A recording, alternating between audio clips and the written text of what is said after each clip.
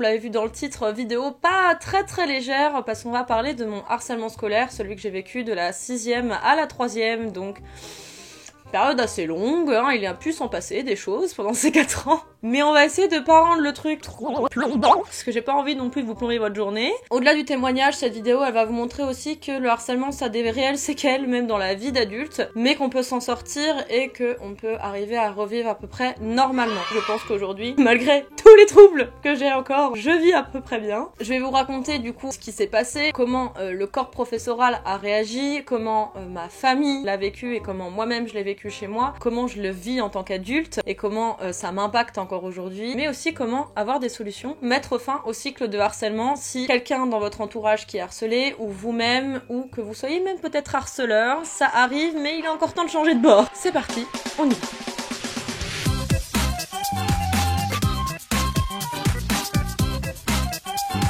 Avant de parler réellement de mon harcèlement et du collège en général, puisque c'est uniquement la période collège, on va pas se mentir, faut parler aussi de l'avant. J'étais dans une situation un peu particulière en primaire. J'étais dans la même école que ma mère, qui est institutrice. Donc j'ai passé de mes 5 ans, parce que oui, je sautais une classe, à mes 10 ans, dans la même école que ma mère. Je me rendais pas compte quand j'étais petite, mais donc un peu protégée par le fait que ma mère était institutrice, de toutes les moqueries, de tous les problèmes que peuvent avoir un enfant, en fait, dans une vie sociale avec d'autres enfants.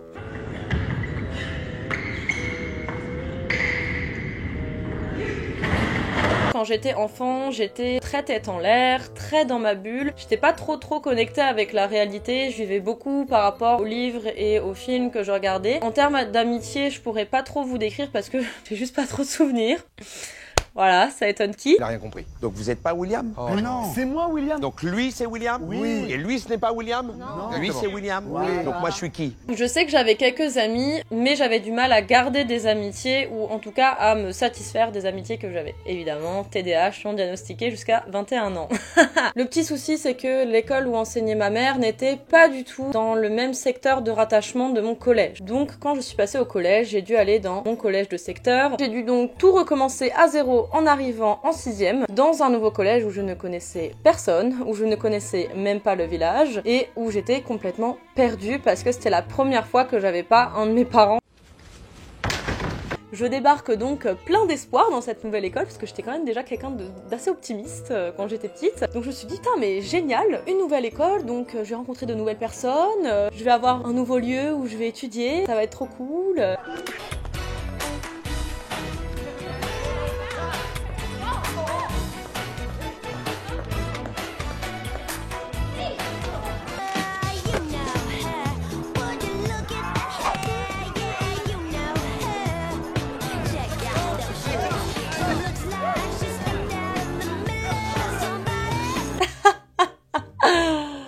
Quelle naïveté! Déjà, il faut savoir que quand je suis arrivée dans cette nouvelle école, tous les élèves de ma classe se connaissaient déjà parce que on parle de collège de village. Donc forcément, tous les primaires qui étaient dans le même village sont restés ensemble au collège. J'ai donc débarqué dans une classe où ils se connaissaient vraiment déjà tous depuis quelques années. Autant vous dire que pour un climat d'harcèlement, c'est déjà vachement propice. J'arrive les premiers jours bien décidée à me faire des amis, mais il faut savoir que moi j'étais un peu déco de la réalité à l'époque. Question sociabilisation, oh j'avais envie, on était là, mais en termes de forme, on n'était pas là.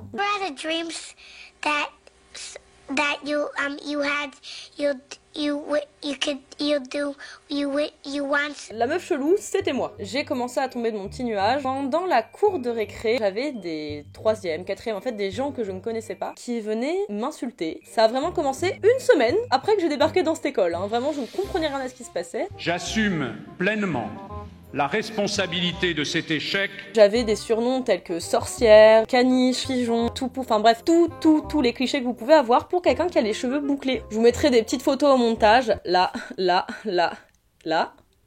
Encore une là. Voilà à quoi je ressemblais au collège. Est-ce que c'est pour autant une excuse pour me faire harceler? Je ne pense pas. Mon harcèlement pendant 4 ans a quand même été uniquement basé sur le physique. Si je vous montrais les autres gens qui étaient dans ma classe, franchement avec le recul, c'était pas mieux. I looked across at Miss O'Hara and realized that she was ugly. And I'm at peace with that. J'ai juste pas eu de chance. 6e, ça allait à peu près. Dans le sens où je me prenais des remarques, beaucoup de remarques, mais ça allait encore parce que ça ne dépassait pas les quelques blagues. chiant, mais je survis. Ça va devenir beaucoup plus compliqué quand je vais rentrer en 5e parce qu'il va y avoir une nouvelle personne dans cette classe. Faut savoir que ce collège était un collège d'une toxicité sans nom parce que les gens qui se faisaient virer d'autres collèges alentours se retrouvaient dans le nôtre. Sympa. Autant vous dire que c'était pas des gens qui avaient envie de travailler et qui mettaient une bonne ambiance. Je me retrouve donc en 5e avec ce nouveau garçon qui était terrifiant. C'était un garçon qui terrifiait tout le monde parce que déjà il était très grand, qu'il était brûlé sur certaines parties de son corps et donc du coup qui était assez terrifiant dans l'ensemble, même dans son comportement. Il était assez agressif, il était méchant avec tout le monde en avait peur. Manque de chance, il prenait exactement le même trajet que moi chaque matin pour aller à l'école. Et ça va avoir une importance colossale sur tout le reste de mes années collège.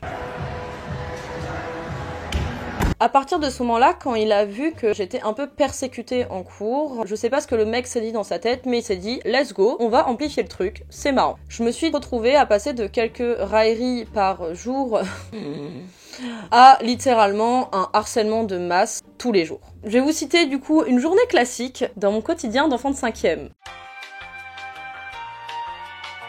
Je sortais de chez moi et une fois sur deux, je me retrouvais à devoir faire le chemin avec lui jusqu'au collège. Et à ce moment-là, ce garçon s'amusait à me dire « Tu veux pas coucher avec moi? De toute façon, personne voudra de toi. De toute façon, t'es tellement dégueulasse. Tu devrais sortir avec moi parce que c'est ton seul espoir, quoi. » Moi, j'avais 11 ans, je jouais encore au Playmobil, je ne comprenais rien à ce qu'il me racontait, j'en avais rien à faire. Et le problème, c'est que il a pas trop apprécié que justement, j'en ai rien à faire de ce qu'il me racontait et que je n'ai pas peur de lui. Parce que ce qui le déstabilisait le plus, c'est que je n'avais pas peur et que je me suis toujours défendue face à mon harcèlement.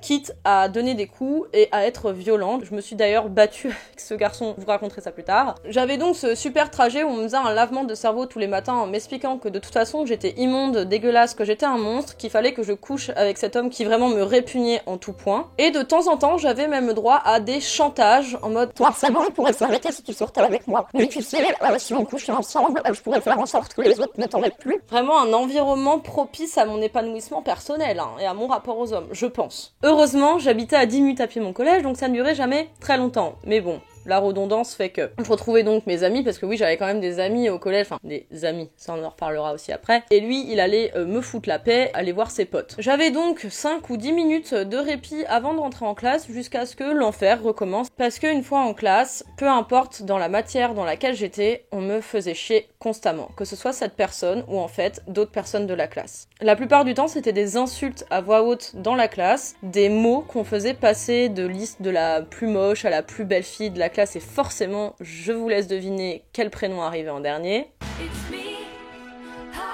On me poussait, on me donnait des coups dans ma chaise, on me volait des affaires, on me tirait les cheveux, enfin bref, tout forcément dans le dos des profs qui ne disaient rien. Tout ça, ça durait jusqu'à midi, où à la cantine, j'avais quand même un moment de répit, parce que oui, les gros cassos habitaient à 5 minutes du collège, donc j'avais un peu la paix. Dans les quartiers chauds, hein, là, où de jeunes sauvages brûlent la voiture de leurs voisins. Mais ça revenait très vite l'après-midi, comme en l'an 40, au final. Vraiment un manque d'originalité à toute épreuve, quoi. À ça, bien sûr, vous ajoutez le fait que si je répondais et que je m'énervais, j'avais des menaces, comme quoi on me casserait la gueule à la sortie du collège. Vous n'imaginez pas le nombre de fois où je suis restée au CDI ou en perme de peur de sortir et de me faire éclater le crâne, hein, clairement sur le sol. Faut pas énerver Mélanite, sinon Mélanite, même avec ses petits bras et son corps qui a maigri, et ben elle est féroce. Et si tout ça ne suffisait pas, j'avais également le retour chez moi. Tout le monde prenait à peu près le même chemin parce qu'ils prenaient tous le même bus qui, malheureusement, se situait juste à côté de chez moi. Quelle chance, quel bonheur. J'avais donc le droit, très souvent, quand je rentrais chez moi, à pareil, de la persécution, des insultes, des bousculades, jusqu'à chez moi, en groupe. C'était littéralement au moins 4 ou 5 à chaque fois à me suivre jusqu'à chez moi. Et comme si cela ne suffisait pas, on venait également sonner à ma porte. Ce qu'ils ne savaient pas, ces gros mongols, c'est que mon père travaille à la maison. Donc à chaque fois que mon père entendait sonner à la porte, je devais trouver une excuse, parce que ça aussi je vous expliquerai plus tard, mais mes parents n'ont jamais été au courant de mon harcèlement jusqu'à mes 18 ans, je devais trouver une excuse pour justifier le fait qu'on venait sonner tous les 2 jours chez moi en mode « Oh mais non, c'est les potes, ils vont raccompagner jusqu'à chez moi avec tenter une blague. » Vu qu'ils savaient où j'habitais, j'avais également des menaces sur le fait qu'ils savaient où j'habitais. problem. Oh, you got a problem, boy. Right here. Here's your right there. Right there. All right. Play a little game. Right here. I said, do we have a problem? Huh? Ça ne s'arrête pas là. Non. Il y avait également les cours de sport. Les cours de sport vraiment et surtout les vestiaires entre filles, je pense que c'est la pire invention de cette décennie. Qu'est-ce que les filles au collège peuvent être méchantes entre elles, c'est terrible. Bon, basiquement, je me suis retrouvée plus d'une fois dans les vestiaires à être persécutée sur mon physique, sur le fait que je n'avais pas de forme. On a déjà aussi essayé de prendre des photos de moi à mon insu. Et ça arrivait à un tel stade que je n'osais plus me changer dans les vestiaires des filles et que du coup, quand j'avais sport, je venais en affaires de sport à l'école. J'avais aussi terriblement peur qu'on me vole mes affaires dans ce genre de vestiaire, puisqu'apparemment c'était vraiment quotidien pour mes camarades. Oh my god, who ate the pizza? No way! Vous vous doutez que chez moi non plus ça ne s'arrêtait pas. Non, parce que mes pseudo-amis faisaient tourner mon numéro de téléphone aux autres camarades de ma classe, et mes camarades s'amusaient à me faire des canulars téléphoniques tous les jours ou tous les 2 jours. Je vous épargnerai également le nombre de messages que j'ai eus ou de faux appels que j'ai eus de garçons qui me disaient qu'ils voulaient sortir avec moi parce que c'était un pari. Quelque chose aussi de très dérangeant, en plus du chantage de la part de ce garçon, c'était les attouchements. Je suis pas la seule à être concernée, et je sais pas si des filles de ma classe de l'époque ou de mon collège regardent cette vidéo, mais j'aurais besoin de témoignages par rapport à ça, pour m'assurer que je suis pas folle, parce que j'ai conscientisé ce souvenir il y a pas très longtemps, et j'arrive pas encore aujourd'hui à y croire. Ce garçon s'amusait dans les couloirs de l'école, avant qu'on rentre en cours, quand vous savez, on est en rang. Ce garçon s'amusait à passer et à mettre des mains, mais pas que à moi, hein, vraiment à certaines autres filles de la classe, furtivement sur les fesses, les parties génitales, les seins quand il passait, ce que je trouve tout simplement immonde. Enfin, moi je pense avec le recul que cet homme devait vraiment avoir un problème mental assez profond, ou alors être bien perturbé par sa famille. Voilà. Non, j'ai pas touché. Non, j'ai pas touché.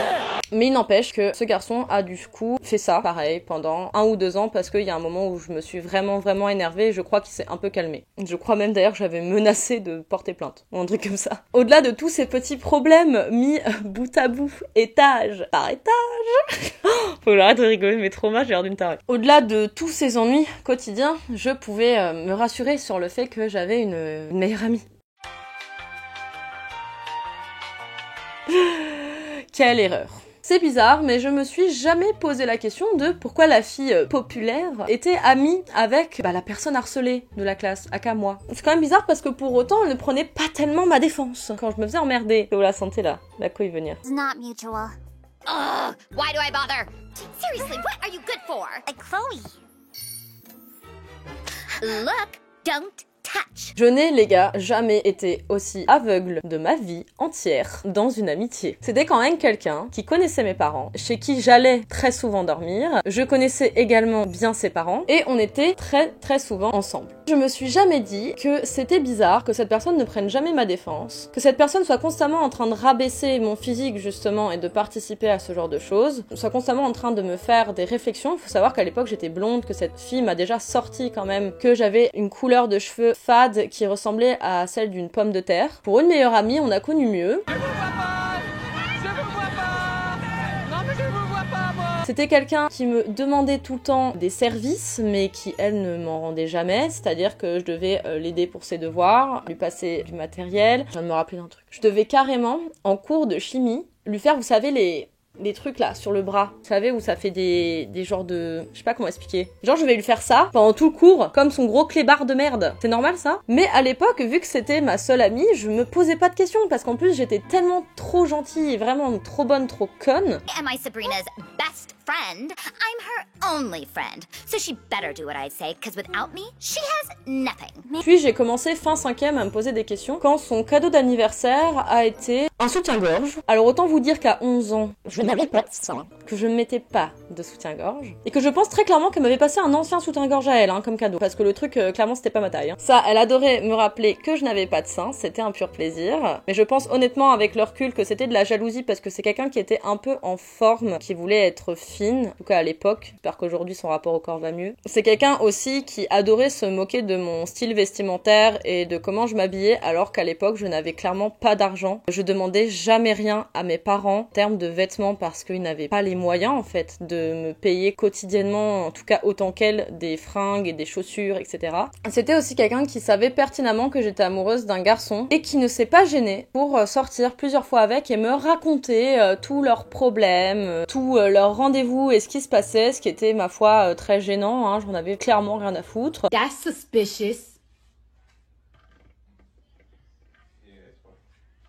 That's weird. Aujourd'hui, je ne sais même pas comment j'ai pu être amie avec quelqu'un qui est tellement aux antipodes de ce que je suis. Puis un jour, je pense qu'elle avait assez utilisé son petit chien et a décidé d'en adopter un nouveau. Voilà, si on peut dire ça comme ça. Elle a donc décidé de venir en pleine récré m'expliquer que notre amitié était terminée et qu'elle ne voulait plus, en gros, qu'on se voit du jour au lendemain de but en blanc. Et elle est venue accompagnée de son nouveau petit toutou pour me dire ça. Hi, I'm Elle Woods and this is Breezer Woods. And we're both Gemini vegetarians. En vrai, avec le recul, je ne peux que la remercier d'avoir fait ça, parce que si j'avais continué une amitié comme ça à l'heure d'aujourd'hui, je sais même pas si je serais comme je suis, ou si je serais toujours aussi passive dans mes amitiés et à accepter tout et n'importe quoi. Donc j'essaye pendant quelques jours de comprendre, de m'intéresser, de savoir en fait pourquoi est-ce qu'elle faisait ça. Il y a une raison où je peux comprendre, dans le sens où à l'époque, je pense que j'étais déjà borderline, mais j'étais clairement pas diagnostiquée et je me rendais pas compte. Pour ceux qui connaissent un peu le trouble borderline, je pense que j'ai pris cette personne pour ma favorite personne. Et le problème quand vous êtes borderline et que vous avez une favorite personne, c'est que vous vous adaptez à la personne que vous avez en face de vous et vous devenez presque son miroir. Et effectivement, le seul problème que j'avais, c'était qu'elle voulait être architecte. Et moi je me suis dit, putain, en vrai, ouais, la raison c'est trop cool, moi aussi j'ai envie d'être ça. Ou alors elle allait aimer des trucs et moi j'avais envie d'aimer les mêmes trucs juste pour qu'on ait des points communs et qu'on soit proches et que sur le coup je trouvais ça vraiment cool. Alors qu'avec le recul, c'était des choses qui me correspondaient pas du tout. Encore aujourd'hui, je comprends pas en quoi c'était suffisant, surtout si on n'en avait pas parlé, pour que j'ai à subir ça et une réaction comme ça. Quelques semaines plus tard, on s'est dit que c'était marrant de foutre un canissac dans ma boîte aux lettres. Maros. Ça va? What? Ciao. Anyway, so... Pareil. Pas d'explication au geste, hein. Je ne sais pas ce qui lui a pris par la tête ce jour-là. Du coup, vous devez peut-être vous demander qu'est-ce que ça a eu comme conséquence sur moi, comment moi je l'ai vécu à l'intérieur ou même quand je rentrais chez moi, pourquoi j'en ai parlé à personne, pourquoi j'en ai pas parlé à ma famille.